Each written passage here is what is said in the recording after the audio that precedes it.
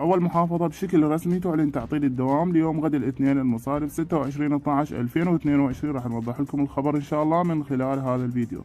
اليوم بشكل رسمي محافظة الديوانية عن طريق المحافظ مثل ما تشوفون البيان اللي نزل، محافظة الديوانية يقرر تعطيل الدوام الرسمي يوم غد الاثنين في جميع دوائر ومؤسسات الدولة بسبب الأمطار باستثناء الأمنية والخدمية والصحية وديوان المحافظة.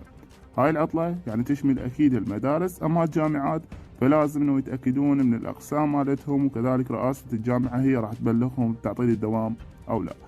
حاليا فقط محافظة الديوانية، ممكن إنه بعد محافظات تعلن تعطيل الدوام خلال الساعات القادمة، بس يعني ننتظر احنا البيانات اللي راح تصدر ممكن من المحافظين، واكيد اذا اي محافظة جديدة عطلت الدوام احنا راح نبلغكم بالقناة اول باول على قناتنا، قناة طلاب العراق.